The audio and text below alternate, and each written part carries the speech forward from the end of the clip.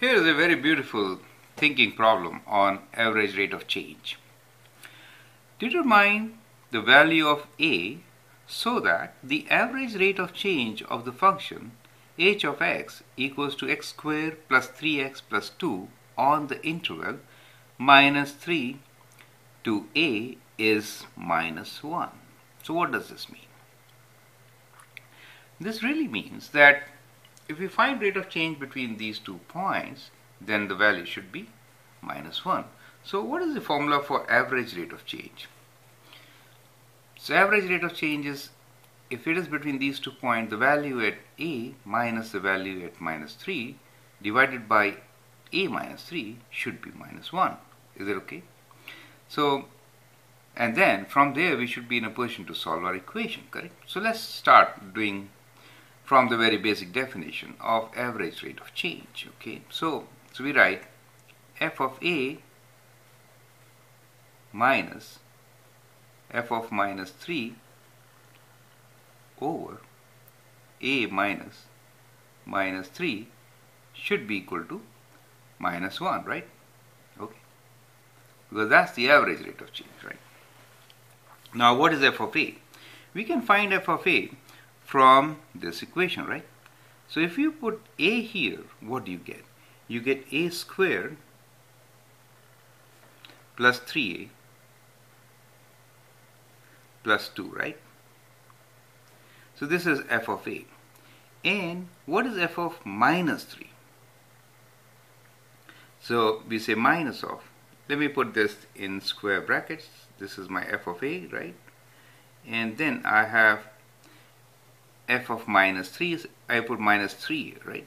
So let me write here like minus 3 square plus 3 times minus 3 plus 2, okay, divided by a, and minus minus becomes plus 3 equals to minus 1. Okay, now let's solve it. So we get a squared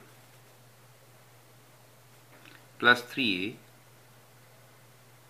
plus 2 minus, so minus 3 square is 9, right? So when you open the bracket it will be minus 9, and here this is 3 times 3 is minus 9, and when we open the bracket it becomes plus 9, correct?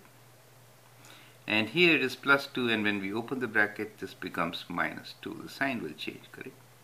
And we'll cross multiply this, and so we can write this as minus 1 times a, which is minus a, and minus 1 times 3, which will be minus 3, okay? So that's what we get. Now we'll bring these terms together, simplify these things. You know, minus 9 minus plus 9 is 0, plus 2 minus 2 is 0, and when we bring this a here, so it becomes 4a, right? And this 3 here, it becomes plus 3, so we'll write that. So we get a squared plus 3a plus a is 4a, and this is 0, and we get plus 3 here, right? Equals to 0. Correct. Now we can factor this, and once we factor this, what do we get? 3 product should be 3 times 1, and when you add them you get 4. So we can factor this as a plus 3 times a plus 1 to get 0, right? Now let's solve for it, correct? Let me solve it on this side. So we'll take it from here. Let's write down here like this. This is equal to this, this is equal to this, this is equal to this, this is equal to this. Okay, this implies, because there's already a equality sign, okay, this implies this, this implies this. So this means implies. And this implies, so what we're doing is we're just moving from here to here, okay? Now, when is, so let's rewrite it. A plus 3 times a plus 1 should be equal to 0. Now when is it 0? It is 0 when a equals to minus 3 or a equals to minus 1. So at these points it is 0. Now what is the condition given to us? A is greater than or equal to minus 3, or a is less than equal to, or I mean x is less than equal to a, or x is greater than equal to minus 3. So x is between minus 3 and some value a, right? So we'll assume, so both are actually valid answer. If I take a as minus 3, if I write this as minus 3, then it is not an average rate of change, it is kind of instantaneous rate of change. And even for instantaneous rate of change, we cannot actually take exactly the same value. The h in the denominator then becomes 0. Do you understand? H is the small change. It should be at least more than 0. It could be approaching 0. It could be 0.00001, whatever, but cannot be the same number, right? So this value has to be greater than minus 1. Therefore, the possible answer is a equals to 1. Is it okay?